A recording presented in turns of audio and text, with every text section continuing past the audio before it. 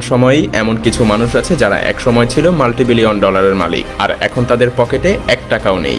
এমন অনেক সেলিব্রিটি আছে যাদের একসময় এতটাই জনপ্রিয়তা ছিল যে তারা ফ্যানদেরকে অটোগ্রাফ দেওয়ার ভয়ে পালিয়ে বেড়াতো, আর এখন তারা সেই ফ্যানদের কাছে গিয়েই রীতিমতো ভিক্ষা করছে। কারা ছিল সেই ধনী ব্যক্তি? কারাই বা সেই সকল সেলিব্রিটি? কিভাবেই বা তাদের এমন পরিণতি হলো? তো চলুন দেখে নেওয়া যাক। মুসা বিন শমশের বাংলাদেশের মধ্যে সবথেকে ধনী ব্যক্তিকে? এই প্রশ্নের উদ্রেক হলে সবার মনেই হয়তো একটি নামই দেয়, আর সেই নামটি হলো মুসা বিন শমশের। এমনকি তিনি সামাজিক যোগাযোগ মাধ্যমে ভাইরাল তার রাজকীয় বাড়ি-গাড়ি এবং ব্যয়বহুল জীবনযাপন নিয়ে। কয়েক বছর আগে দুর্নীতি দমন কমিশনের এক প্রশ্নের জবাবে তিনি বলেছিলেন সুইস ব্যাংকে তার নাকি 82 বিলিয়ন ডলার রয়েছে, সেই সাথে রয়েছে 3 লক্ষ একর জমি। তিনি নাকি বাংলাদেশের দ্বিতীয় পদ্মা সেতুও নিজে একাই তৈরি করতে চেয়েছিলেন।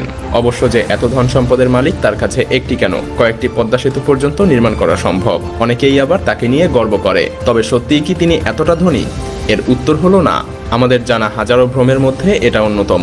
কিছু বছর আগে বাংলাদেশের গোয়েন্দা বাহিনী বিশাল এক দুর্নীতিবাজকে গ্রেফতার করেছিল, আর সেই দুর্নীতিবাজের সঙ্গে মুসা বিন শমশেরের ছিল বেশ সংশ্লিষ্টতা।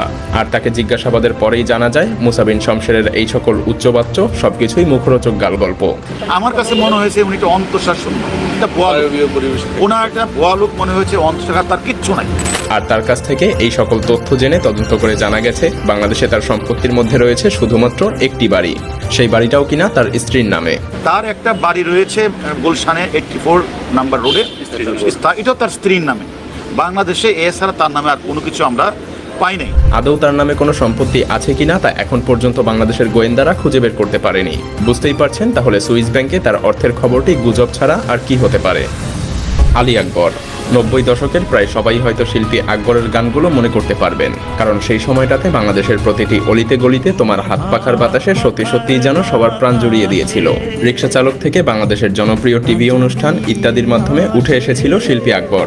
কিন্তু শিল্পী আকবরের সেই উঠে আসার দিনগুলো খুব বেশি দিন দীর্ঘস্থায়ী হয়নি, আবার তাকে ফিরে যেতে হয়েছে ফেলে আসা দিনগুলোতে। সেই সময়কালে তিনি প্রচুর পরিমাণ অর্থ আয় করেছিলেন, কিন্তু সেগুলো তিনি ধরে রাখতে পারেননি, এবং এখন শুধুমাত্র অর্থ সংকটই তার একমাত্র সঙ্গী নয়, তার সঙ্গে সঙ্গী হয়েছে ডায়াবেটিস, কিডনির জটিলতা এবং বিরল একটি চর্মরোগ। যদিও তিনি সরকারের সহযোগিতায় দেশে বিদেশে চিকিৎসা নিয়ে আবারও ঘুরে দাঁড়িয়েছিল, কিন্তু নিয়তির কাছে তাকে আবারও হার মানতে হয়েছে। আর এখন হয়তো তিনি তার আগের গাওয়া বিখ্যাত গানগুলো নিজেও শুনতে চান না, আর প্রতিদিন তার গানগুলো শোনা মানুষগুলো হয়তো সেই গানটি ভুলে গেছে। ডায়াবেটিস, কিডনি সমস্যা, ব্লাড ইনফেকশন। অনিল আম্বানি 2008 সালে তিনি পৃথিবীর মধ্যে 6ষ্ঠ ধনী ছিলেন। সেই সময়ে তার মোট অর্থের পরিমাণ ছিল প্রায় 42 বিলিয়ন US ডলার, কিন্তু বর্তমান সময়ে সেই ধনী ব্যক্তি 20,379 কোটি